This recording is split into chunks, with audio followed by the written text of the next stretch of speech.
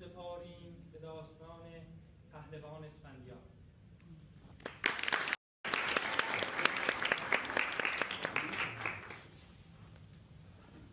ز دور اژدها بانگ گردون شنید، خرامیدن اسب جنگی. ز جای اندر آمد چو کوهی سیاه، تو گفتی که تاریک شد چرخ ما. دو چشمش چو دو چشمه تابان ز خون، همی آتش آمد ز کامش برون. ظفر باز کرده چو کوهی سیاه، همی کرد خرام بدو در نگاه. چو اسفندیار آن شگفتی بدید، به یزدان پناهید و دم درکشید. همی جست اسب از گزندش رها، به دم درکشید اسب را اژدها. فرو برد اسبان و گردون به هم، به صندوق درگشت جنگی دژم.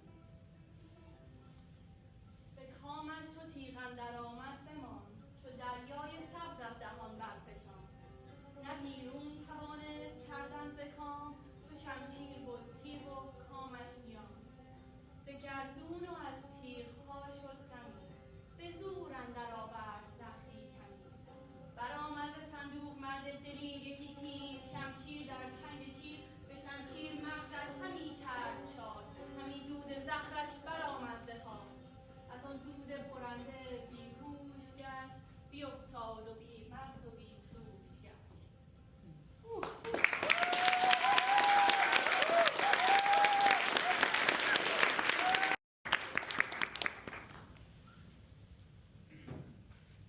بگفتند کای شاه آزادمرد، به گرد بلا تا توانی مگرد. اگر بگذار این سخنها که گفت، چنین است این خود نماند نهفت. بدین جایگاه مرگ را آمدیم، نه فرسودن ترگ را آمدیم. چنین راه دشوار بگذاشتیم، بلای دد و دام برداشتیم. کس از نامداران و شاهان گرد، چنین رنجها بر نیارد شمرد. که پیش تو آمد بدین هفت خوان، بر این بر جهان آفرین را بخوان. چو پیروز گردد گردی ز راه، به دل شاد و خرم شوی نزد شاه. به راه دگر گر شوی کینه ساز، همه شهر توران برندت نماز. بدین سان که گوید همی بگذار، تن خویش را خارمایه مدار. از آن پس که پیروز گشتی و شاد، نباید سر خویش دادن به باد.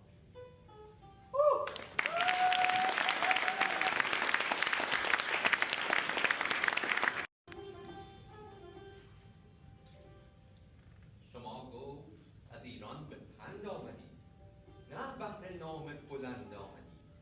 کجا آن همه خلعت و پند شاه، کمرهای زرین و تخت و کلاه؟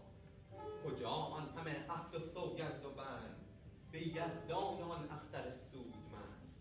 که اکنون چنین سست شد پایتان، به رهبر پراگنده شد رایتان. شما بازگردید پیروز و شاد، مرا کام جز رزم جستن مباد. به گفتار این دیو ناسازگار، چنین سیر گشتید از کارزار. از ایران نخواهم بر این رزم کس، پسر با برادر مرا یار بس. جهاندار پیروز یار من است، سر اختر اندر کنار من است. به مردی نباید کسی همراهم، اگر جان ستانم وگر جان دهم.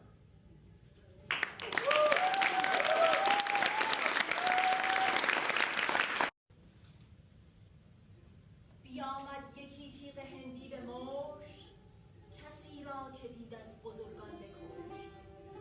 همه بارگاهش چنان شد که راه، نبود اندر آن نامور بارگاه. ز بس خسته و کشته و کوفته، زمین همچو دریای آشفته.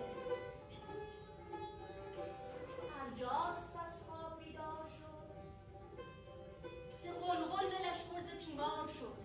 بجوشید ارجاس از خوابگاه، بپوشید خفتان و روی کلاه. به چنگ اندرش خنجر آبگون، دهان پر ز آواز و دل پر ز خون. بجست از در کاخش افراسیاب، به دست اندرش تیغ زهرآبدار. بدو گفت کز این مرد بازارگان، بیابی کنون تیغ دینارگان. یکی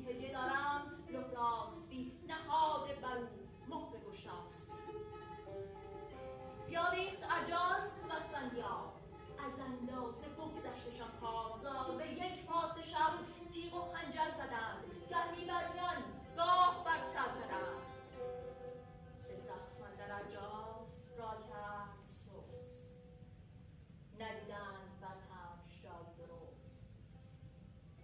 ز پای اندر آمد تن پیلبار، جدا کردش از تن سر اسفندیار.